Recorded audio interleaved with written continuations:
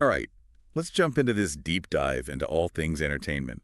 It's a it's a wild world out there, right? We got a global roundup of news for you, fresh from March 12, 2025. We're talking film, TV, streaming, festivals, you name it. And get this, we've got lawsuits, casting announcements, and well, let's just say there's a surprising amount of octopus love going around. You're not kidding. Seems like every corner of the industry is buzzing right now. Maybe we should kick things off with that Disney lawsuit, the one about Moana. Oh, right, right. So Disney won, right? Yeah. But the animator, what was his name? Buck Woodall? He's not giving up, is he? Nope, not a chance. See, he claimed that Disney basically ripped off his screenplay. His screenplay was called Bucky the Surfer Boy, and he said that they used it to make Moana. He was going for like a huge payout, $100 million in damages, but the jury sided with Disney. But here's the thing. He's already got another lawsuit in the works, and this time it's for the Moana sequel. And get this, he's going for $10 billion. 10 billion. Wow. What do you mean? I mean, what's he hoping to? Is it just the money or? It's hard to say for sure, but it seems like he's really convinced that they stole his ideas. Maybe it's Yeah. about getting credit, too. Who knows? Yeah, that's wild. Okay. So moving on from Disney, let's talk about Paramount and Skydance. Things are getting kind of heated over there with that merger, huh? Yeah, this late bidder Project Rise partners, they're saying Paramount basically pulled a fast one. Like they hijacked the whole process. Hijacked. How do you even hijack a merger? Well, there's usually this thing called a go-shop period after a merger is announced. It's like a window where other companies can swoop in and make a better offer. Project Rise is saying they put in a bid, but Skydance claims it was too late, that they missed the deadline. They're basically saying they're just trying to mess things up. Ah, so it's a question of timing then. There you Okay, go. so from courtroom drama to, well, actual drama. Dennis Quaid is going to be playing a serial killer. Keith Jesperson in that new Paramount Plus series, Happy Face. Right, but what's really interesting about this one is that it's focusing on the killer's daughter, Melissa. They've got Annalee Ashford playing her. The Mhm. whole series is about how Jesperson's crimes affected his family, especially Melissa, trying to come to terms with who her dad really was. That's a really different take. Not just focusing on the killer himself, but the impact. Mhm. That's got to be a tough role for both of them emotionally. Yeah, for sure. Now, switching gears a bit, we've got Vicky McClure. Remember her from Line of Duty? Well, she's back in this new series, Trigger Point. This time, she's a bomb disposal officer. Talk about intense. That's a huge change from Line of Duty. She really picks some intense roles, doesn't she? I mean, in real life, she's also really involved in advocating for dementia awareness. I wonder if those experiences facing those challenges in real life, maybe that plays into the role she chooses. Maybe so. I mean, it makes sense, right? Drawing on your own life experiences, bringing that to your acting. Yeah, totally. Okay, this next one is really pushing the boundaries. Deep faking Sam Altman. It's a documentary that uses deepfake tech to create this fake interview with the OpenAI co-founder. It's making a lot of people think about the future of filmmaking, especially documentaries. I mean, if you can fake anything, what does real even mean anymore? What about the ethics of it all? Using deepfakes in documentaries. How do we make sure people know what's real and what's not? Right, that's the big question, isn't it? It's exciting and kind of scary at the same time. All this new tech, I mean. Definitely. Okay, on a totally different note, we've got this documentary called My Dear Theo. It's a really personal look at the war in Ukraine, told through letters that a mother wrote to her son who's fighting on the front lines. It's those personal stories, the human cost of war. It reminds us that there are real people behind the headlines and the statistics. It really hits home. Absolutely. It's a powerful reminder. All right, let's talk about a rising star, Owen Cooper. You might have seen him in that Netflix series, Adolescence. And now he's landed a role in Emerald Fennell's new film, Wuthering Heights. He's had a pretty meteoric rise. I mean, it wasn't that long ago he was just taking some casual drama classes, and now he's working with some big names. It makes you wonder what directors are looking for, what makes someone stand out from the crowd. I know, right? Talent, obviously, but there's got to be something more. That's certain something. Yeah, definitely. It's like a magnetism, a presence that draws you in. When someone can really become the character, disappear into the role, and bring something fresh and new to the table, that's when you know you've got something special. I mean, Fennell must have seen something really special in him to cast him in Wuthering Heights. Yeah, it's inspiring, seeing new talent break through like that. But let's face it, not everyone gets the same opportunities. Especially, there's this whole issue of ageism in Hollywood. They were talking about it again, especially how it affects older women. Yeah, it's a huge problem. And Dr. Carol Easton, she's been really vocal about it. She's saying we need a big shift in how Hollywood thinks about age and representation. It's not just about having more older characters, she says. It's about showing them as real people, with real lives, not just stereotypes. Exactly. They get stuck in those same roles, the grandma, the caregiver, Yeah. and that's not the whole picture. Right, exactly. We need to see them as complex individuals, just like everyone else. Okay, let's jet off to a film festival. SXSW 2025 is in full swing, and Paramount Plus is going all out. They've created a ski lodge. A ski lodge in Texas in March. Yeah, you heard that right. A ski lodge. Can you believe it? What are they promoting there? Well, they're pushing shows like Yellow Jackets, 1923, and Happy Face, the one we talked about with Dennis Quaid. It's like an immersive experience. You step into the world of the show. It's definitely a unique way to get people talking. It's definitely different. Hi. But speaking of SXSW, they did this survey of cinematographers at the festival. It's pretty cool, actually. It gives you a look at how they make those amazing visuals. Yeah, it's fascinating. From the lighting choices in Ben Affleck's new movie to those really fun, playful visuals in Cotton Candy Bubblegum, it's a reminder that so much goes into creating those cinematic moments. It really is a team effort. Absolutely. Okay, so there's been a ton of executive shuffles happening. Miramax TV has a new president, Warner Bros. TV is promoting from within, and Rolla Bauer's taking on producing roles at Amazon. It's a whirlwind. These moves, they might seem like inside baseball, but they actually can tell you a lot about where a company is headed, what their priorities are. It's like a whole new game plan. So big changes could be coming. Definitely possible. Now, before we move on, we have to stop by Cancellation Corner, the place where we mourn the shows that got the axe. This time it's Cruel Intentions on Prime Video, just one season, and it's gone. It's a tough business for sure. But there's some good news for fans of sea creatures. Lewis Pullman is going to star in a movie based on that book, Remarkably Bright Creatures. It's about a widow who becomes friends with, get this, a giant Pacific octopus. It's a really sweet story. I think it speaks to that need for connection, even across species. I'm all for heartwarming stories, especially ones with giant sea creatures. But before we go, we got to talk about this Moana 2 lawsuit. Oh, right, the $10 billion one. Yeah, that's the one. The animator, Buck Woodall, claims Disney stole his ideas. It's just, I don't know, $10 billion. It's hard to wrap your head around it. What do you think? I mean, is it really just about the money for him, or? It's hard to say, but it definitely brings up some interesting questions about, about where ideas come from and how you protect them, especially in Hollywood. Good point. Well, on that note, I think we'll wrap up this first part of our deep dive. Stay tuned, because we're going to be back with more. Thinking about that Moana 2 lawsuit, it really makes you wonder about creative inspiration, right? Like, where's the line between getting inspired by something and just plain copying? Yeah, that's a really tough one. In this case, I guess the courts will have to decide if Woodall's ideas were actually stolen or if it's just a coincidence, that they have similar themes. I guess so. It makes you think about creativity in general. Like, is anything really original? Or are we all just kind of remixing ideas that have been around forever? That's a pretty deep question. Yeah. But maybe we should lighten things up a bit. We were talking about Remarkably Bright Creatures earlier, that movie with Lewis Pullman and the octopus. Oh, yeah. I loved that book. It'll be interesting to see how they bring that friendship to the screen. I mean, a woman and a giant octopus, that's a tough one to pull off. I know, right? It'll be interesting to see how they show them communicating and, the emotional bond they have. It's a cool story, though, about how we can connect with creatures that are so different from us. Definitely.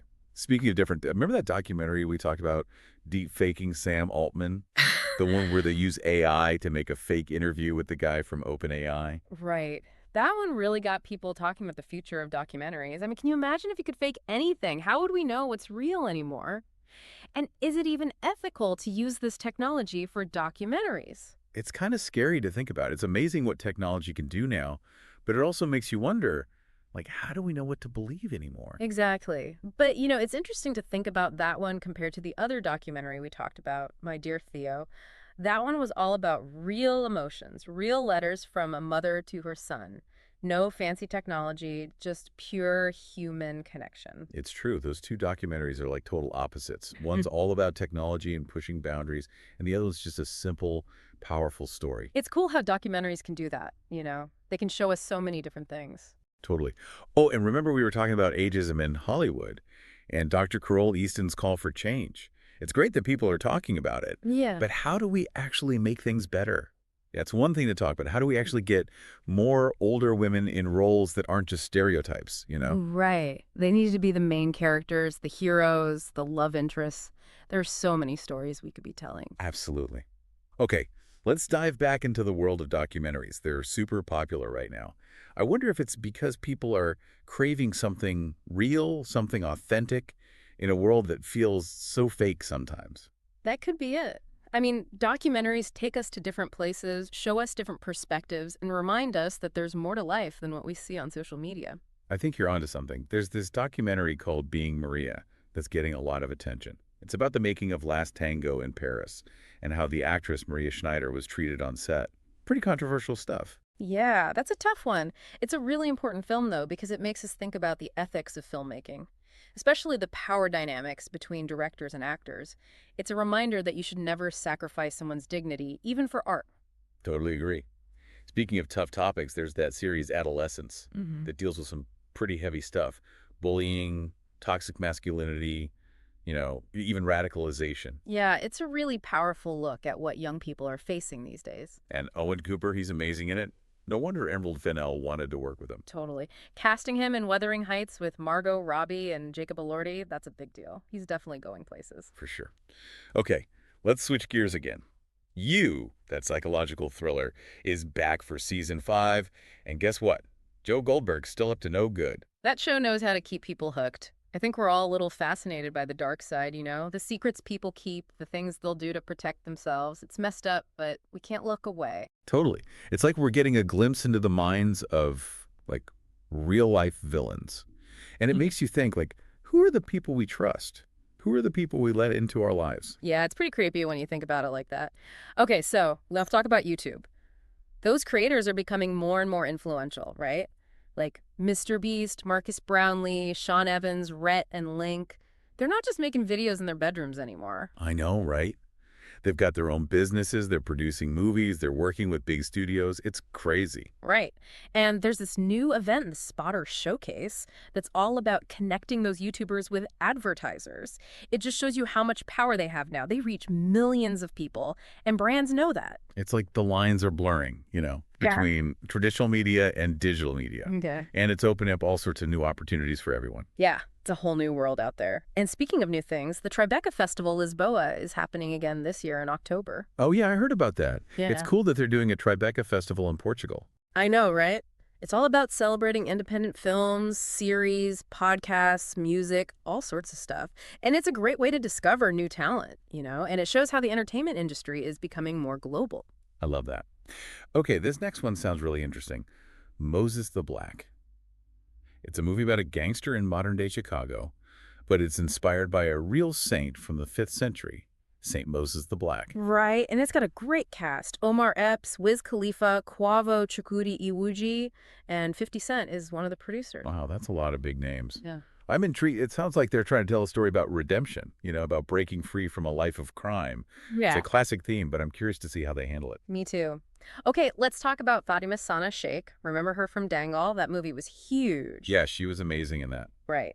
Well, now she's become one of the biggest stars in Bollywood. She's taking on all sorts of interesting roles, and she's not afraid to challenge stereotypes. She's definitely one to watch. I love that. It's so inspiring to see women breaking barriers and paving the way for others. Okay, get this. They're making a documentary about Stan Lee, Stan Lee's final chapter. It's about the later years of his life. Wow, that's going to be fascinating. He was a legend, a true visionary. I mean, he basically created the Marvel universe as we know it. Right. This documentary is going to give us a peek behind the curtain, show us what he was like, what his creative process was, the challenges he faced. It's a chance to celebrate his legacy and understand the man behind the myth. I can't wait to see it. Speaking of legends, did you hear about Screen Australia? They're investing a lot of money in training people who work behind the scenes in filmmaking. Yeah, the below-the-line crew, as they call them. It's so important. I mean, they do so much of the work, but they don't always get the credit they deserve. Totally. Without them, there wouldn't be any movies. Yeah. Cinematographers, editors, costume designers, all those people, they're the backbone of the industry. It's great that Screen Australia is supporting them. Definitely. And in the UK, there are these two women, Amy Jackson and Lauren Dark. They've started their own production company called Unified. They're all about international collaborations, working with people from different countries. I love that. It's like the world is becoming smaller, you know? Yeah. And it makes sense, right? Sharing stories, working together, pooling resources. It's a win-win for everyone. Exactly. Speaking of sharing stories, they're doing a Ukrainian adaptation of Your Honor, that show about the judge who breaks the law to protect his son. Oh, yeah, I loved that show. It's going to be interesting to see how it translates to a Ukrainian setting. It just shows you that some stories are universal, They Hmm. tap into something deep within us, something that we can all relate to no matter where we come from. That's so true. And speaking of crossing borders, that Brazilian production company, Conspiracy Films, they just won an Oscar for I'm Still Here. I know, right? It's awesome. They've been making amazing stuff for years, and it's so cool to see them getting that kind of recognition. I'm happy for them. And they just got a huge investment from BNDES, like $5.5 million. That's going to help them make even more awesome stuff. Totally. Okay, Bet UK has this new interview series, Now You Know, hosted by Julie Adenuga. It's all about showcasing diverse voices in the UK entertainment scene. I love that. Representation matters, right? Yeah. It's so important for people to see themselves reflected on screen, to hear stories from people who look like them, who have had similar experiences. Exactly. Okay, this next one is a bit heavy. It's a documentary called Under the Flags, the Sun. It's about the dictatorship of Alfredo Stroessner in Paraguay. Wow, that's a dark chapter in history. But it's important to remember these things, right? To learn from the past and make sure it doesn't happen again. I agree. And the director, Juanjo Pereira, he's trying to do just that. He wants to tell the truth, to help people understand what happened and to help the country heal. It's powerful how film can do that, how it can bring those stories to light and make us think about things in a new way. Absolutely. And that documentary, Being Maria, it's still sparking a lot of conversation about how women are treated in Hollywood. It's so important we keep talking about this. What Maria Schneider went through on the set of Last Tango in Paris was awful. And it's a reminder that things still need to change. Yeah, we still have a long way to go. For sure. And it's great that Dr. Carole Easton is pushing for more realistic portrayals of older women in movies and TV shows. It's time to show them as this strong, complex, interesting people they are, Yeah. not just stereotypes. Totally agree. Okay, are you ready for some horror? Netflix is making a new adaptation of Cujo, that Stephen King book about the rabid dog. Oh man, I remember reading that book. It was terrifying. I'm curious to see how they update it for a modern audience and if they can Yes. make it even scarier. Right. I mean, who doesn't love a good horror movie? But if you're not into horror, there's always the remake of Corazon de Leon. It's that romantic comedy from Argentina about a guy who's really short and he falls in love with this tall, beautiful woman. Oh yeah, I heard about that one. It's got Woody Harrelson and Carrie Condon. Right. They're a great pair. I think it'll be a really charming movie, a nice change of pace from all the thrillers and horror. Sounds good to me. And speaking of supporting filmmakers, did you hear about the Film Fest Hamburg? They're doing this thing called the European Work in Progress, or EYP, and a distribution summit. Yeah, it's a great way to help up-and-coming filmmakers get their movies out there. It can be really tough to get a movie distributed, so these events are super helpful. Totally. And speaking of making it big, Yeah. those YouTube creators are killing it. Mr. Beast and his crew, they're like marketing geniuses. I know. That spotter showcase they did was a stroke of brilliance. They know how to reach their audience, and they're not afraid to try new things. They're definitely changing the game. Yeah. Okay, so Athena Witter, she used to work at BBC Studios, and now she's started her own consultancy firm. She's like a digital media guru. Smart move. Companies are scrambling to figure out this whole digital media thing, and she's got the expertise they need. Makes sense. Okay, over in Brazil, that comedy group Porta dos Fundos, they just got their independence back. Paramount sold its stake back to the founders. That's great news. They're hilarious, and they push the boundaries, which can sometimes rub people the wrong way. But it's great that they have creative control again. Freedom of expression is so important, especially for artists. Totally agree. And speaking of creative freedom, Third Culture Content just hired Janice Chua, who worked on Crazy Rich Asians, to adapt that Korean drama King the Land for an American audience. Oh, wow, that's interesting. Cross-cultural storytelling is so important, and Janice Chu is a perfect person for that. She gets it. Yeah, she's got a great track record. It'll be interesting to see how she adapts the story for a different culture. Definitely.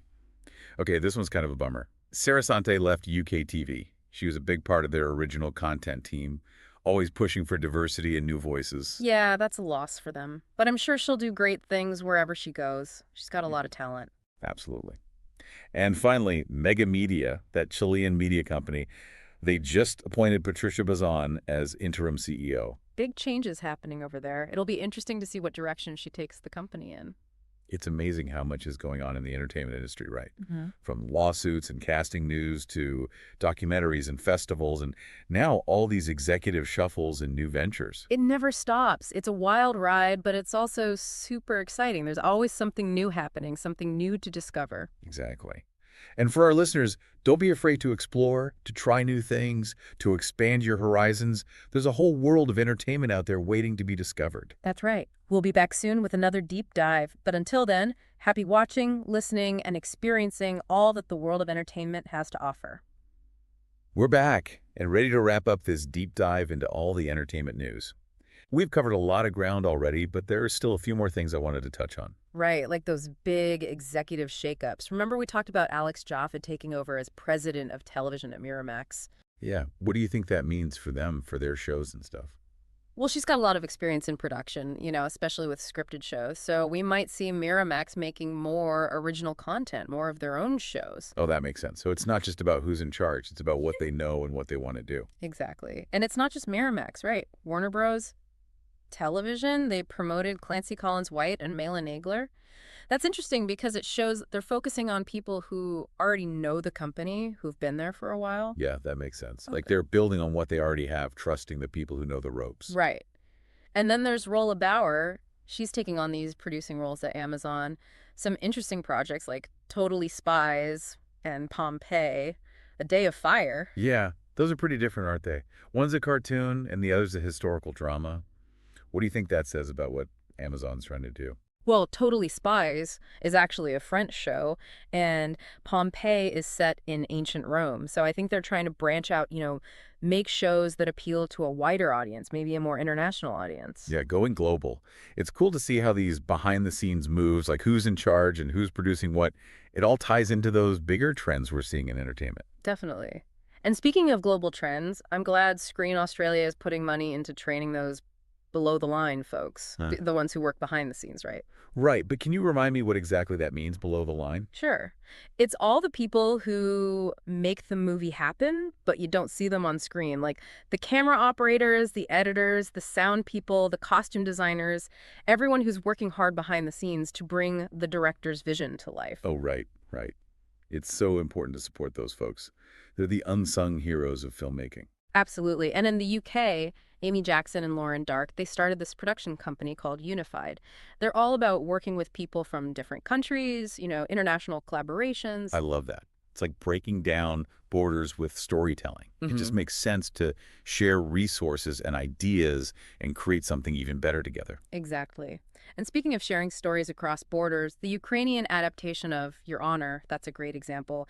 The original show from Israel, it really resonated with people around the world, so it'll be interesting to see how it works in a different cultural context. I'm really curious to see how that turns out. And speaking of success stories, that Brazilian production company, Conspiração Films, they're on a roll.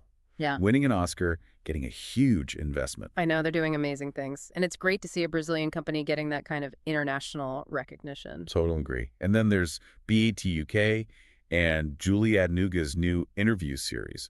I'm glad they're giving a platform to diverse voices in the UK entertainment scene.